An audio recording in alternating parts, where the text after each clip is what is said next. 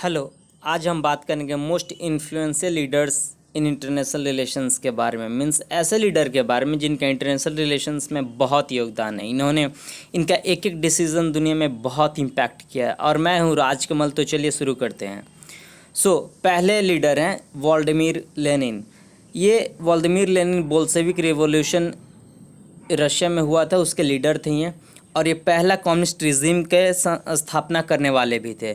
Second है Joseph Stalin. Joseph Stalin leader थे Soviet union के जब वर्ल्ड वार सेकंड हो रहा था, और हिटलर को सबसे पहले हार ईस्टर्न फ्रंट में ही मिली थी। मीन्स बैटल ऑफ स्टालिनग्राड में।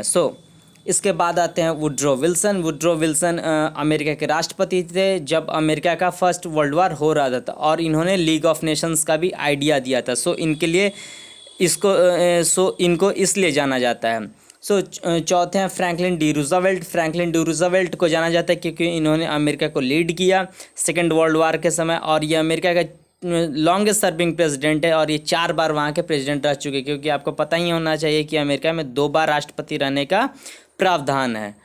इसके बाद आते हैं Harry S Truman. Harry S Truman ही वो प्रेसिडेंट थे जिन्होंने हिरोशिमा और नागासाकी पर न्यूक्लियर बॉम्ब गिराने का ऑर्डर दिया था, और पूरी तरीक़ा से कोल्ड वार में एक अमेरिका का डॉक्ट्रिन चला था, ट्रूमैन डॉक्ट्रिन, उसके भी ये प्रोपाउंडर थे। तो उसके भी एक शुरुआत करने वाले यहीं थे।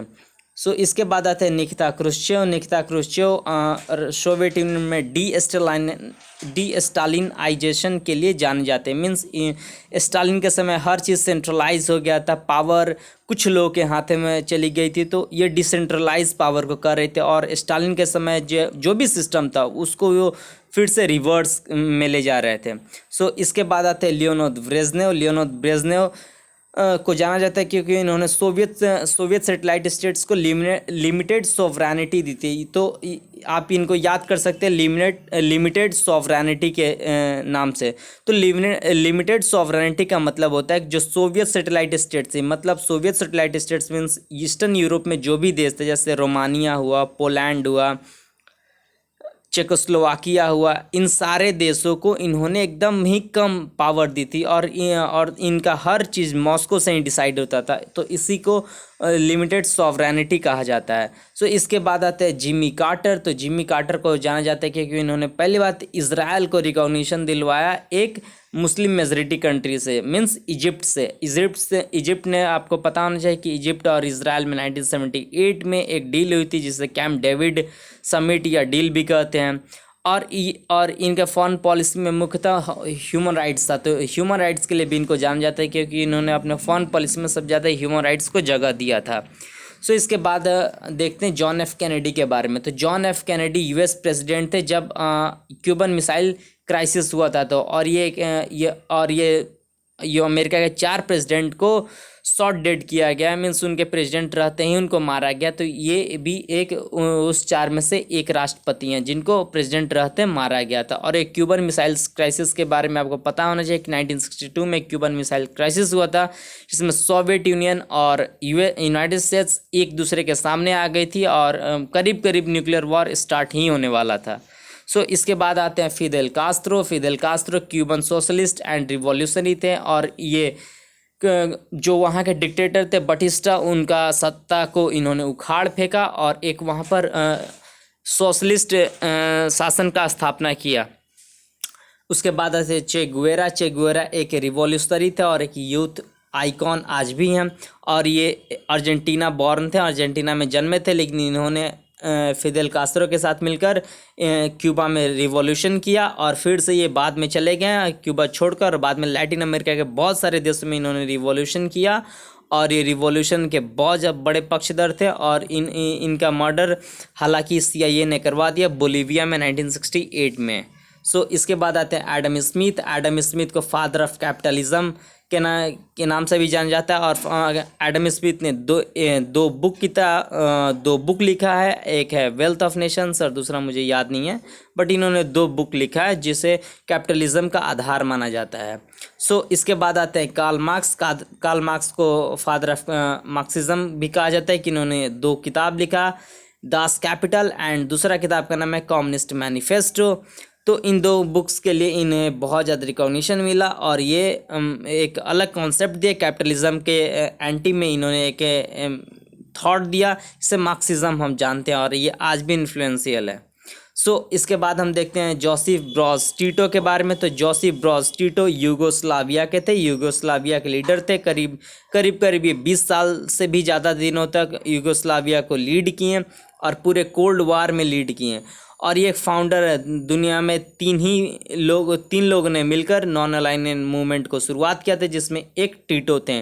पहले थे जवाहरलाल नेहरू, दूसरे थे सुकर्णो और तीसरे थे टिटो। और फिर से गमाल अब्दुल नासिर का भी आप नाम ले सकते हैं, जो कि इजिप्ट के लीडर थे। इसके बाद आते हैं हमारे प्राइम मिनिस्टर जवाहरलाल नेहरू। ये हमारे पहले प्राइम मिनिस्टर थे और ये फाउंडर थे नैम के, नॉन अलाइनमेंट मूवमेंट के। इसके बाद आती हैं इंदिरा गांधी जी। इंदिरा गांधी जी भारत के पहले महिला प्रधानमंत्री थी और इन्होंने भारत का नेतृत्व किया जब भारत अपना बहुत ही महत्वपूर्ण लड़ाई लड़ रहा था, इंडो पाकिस्तान वॉर ऑफ 1971 को। इसे हम बांग्लादेश लिबरेशन वॉर भी कहते हैं। इसके बाद आते हैं एस भंडार नायक। एस भंडार नायक दुनिया में पहली महिला प्रधानमंत्री बनने का गौरव इनके पास है और ये श्रीलंका की थी। श्रीलंका के ये प्रधानमंत्री पहली थी, पहली नहीं कह सकते हैं, मतलब दुनिया की पहली महिला प्रधानमंत्री थी और श्रीलंका की बस प्रधानमंत्री थी। इसके बाद आता है महिंदा राजपक्ष। महिंदा राजपक्ष अगर आप पिछले 15 से 20 सालों का या अगर श्रीलंका के पॉलिटिक्स पर ध्यान दें तो महिंदा राजपक्ष उसके सेंटर में रहते हैं और इनकी सबसे बड़ी मुकाम है, इनकी सबसे बड़ी मतलब पॉजिटिव चीज़ है कि इन्होंने लिट्टे जो liberation of tigers Tamil Eelam जो नाम का टेररिस्ट ऑर्गेनाइजेशन था उसको इन्होंने 2009 में हरा दिया, 2009 में श्रीलंका में, क्योंकि लिट्टे रिस्पॉन्सिबल था वहाँ के थाउजेंड्स ऑफ सिविलियंस का जान लेने के लिए। अब हम देखेंगे नेक्स्ट लीडर यानी सुकर्णो फ्रीडम फाइटर थे इंडोनेशिया के। इन्होंने मॉडर्न इंडोनेशिया की स्थापना की। इसके बाद हम देखेंगे अलेक्जेंडर लुकाशेंको के बारे में। अलेक्जेंडर लुकाशेंको बेलारूस के लीडर हैं और ये 1994 से लेकर आज तक वहाँ पर प्रेसिडेंट बने हुए हैं, इसलिए वहाँ पर सिविल वार की भी स्थिति बनी हुई है बेलारूस में। इसके बाद आते मोहम्मद गद्दाफ़ी। मोहम्मद गद्दाफ़ी एक तानाशाह थे, डिक्टेटर थे लीबिया के और इनका मर्डर कर दिया गया उनके ही लोगों के हाथों के द्वारा 2011 में, क्योंकि बैक्ड CIA था इसीलिए। इसके बाद आते हैं होस्नी मुबारक। होस्नी मुबारक भी एक डिक्टेटर थे इजिप्ट के और होस्नी मुबारक को भी जब अरब स्प्रिंग हुआ 2011 में 2011 में तो इनकी अपने ये भी 20 सालों से अधिक दिनों तक इजिप्ट पर शासन कर रहे थे, लेकिन इनको भी अपना सत्ता छोड़ना पड़ा क्योंकि अरब स्प्रिंग 2011 में हुआ था इसी कारण। इसके बाद आते हैं बशर अल असद। बशर अल असद सीरिया को लीड कर रहे हैं 2001 से और इनके ही टेन्योर में सीरियन सिविल वार शुरू हुआ जिसमें लाखों लोगों का जान गया है। और इसी बीच ISIS Islamic state of Iraq and Syria भी वहाँ पर उभरा और उसके बाद से काफ़ी लाखों लोग डिस्प्लेस हो गए। इसके बाद हम देखेंगे सद्दाम हुसैन के बारे में। तो Saddam Hussain leader of Iraq थे, इन्होंने 25 से भी ज़्यादा सालों तक इराक को लीड किया और ये दोनों गल्फ़ वार फर्स्ट और gulf war second means gulf war first means 1991 and gulf war second means 2003 दोनों में लीड किया इराक को। और बाद में 2003 में ये पकड़े गए क्योंकि इनको अमेरिका ने पकड़ लिया। 2006 में इनको फांसी दे दी गई क्योंकि इराक का जो कोर्ट था वो एक पपेट था US एडमिनिस्ट्रेशन के means George W Bush junior का और इराकी कोर्ट ने इनको फांसी की सज़ा दे दी। इसके बाद हम देखते हैं एडोल्फ हिटलर को। तो एडोल्फ हिटलर एक लीडर थे जर्मनी के जो 1933 से लेकर के अपने मरने के दिन तक मीन्स 1945 तक वहाँ के लीडर बने रहे और इनको जाना जाता है क्योंकि ये एग्रेसिव पॉलिसी के लिए जाना जाता है क्योंकि ये माना जाता है कि यही रिस्पॉन्सिबल थे वर्ल्ड वार सेकेंड के लिए। इसके बाद हम देखते हैं ऑटो वन बिस्मार्क को। तो ऑटो वन बिस्मार्क रिस्पॉन्सिबल थे यूनिफिकेशन ऑफ जर्मनी के लिए, जिसमें जर्मनी जो 30 पार्ट्स में बटा हुआ था उसको इन्होंने यूनिफाइड किया और एक यूनिफाइड जर्मनी का नाम दिया और ये एक बहुत ही महान स्ट्रेटजिस्ट के नाम से भी के रूप में भी इनको जाना जाता है। इसके बाद हम देखते हैं काउंट केवर को। तो काउंट केवर रिस्पॉन्सिबल थे बिस्मार्क की तरह इटालियन यूनिफिकेशन के लिए। बिस्मार्क के रिस्पॉन्सिबल थे जर्मनी यूनिफिकेशन में, तो काउंट केवर रिस्पॉन्सिबल थे इटालियन यूनिफिकेशन में।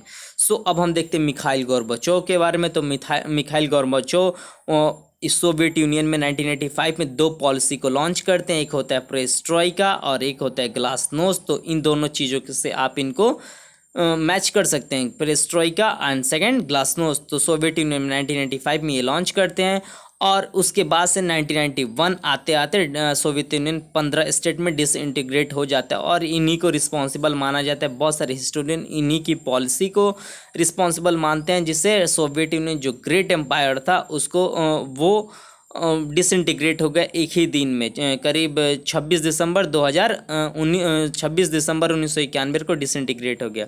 सो इसके बाद हम देखते हैं रोनाल्ड रीगन को। तो रोनाल्ड रीगन के लिए जाना जाता है क्योंकि ये रिस्पॉन्सिबल थे पूरी दुनिया में जो जिहादिस्ट मूवमेंट अपराइज हुआ उसके लिए भी ये जाना जाता है, क्योंकि और सोवियत यूनियन के खिलाफ, खास करके सोवियत यूनियन के खिलाफ इन्होंने अफगानिस्तान में जिहादिस्ट मूवमेंट को काफ़ी बढ़ावा दिया और पूरी दुनिया में भी, और खास कर कहा जाता है हमारी कश्मीर वैली में भी अगर जिहादी मूवमेंट 1989 में शुरू हुआ तो उसके भी रिस्पॉन्सिबल रोनाल्ड रीगन का पॉलिसी है। So thanks, share and subscribe my channel. अगर आपको ये वीडियो अच्छा लगा तो मुझे कॉमेंट सेक्शन में ज़रूर बताइएगा।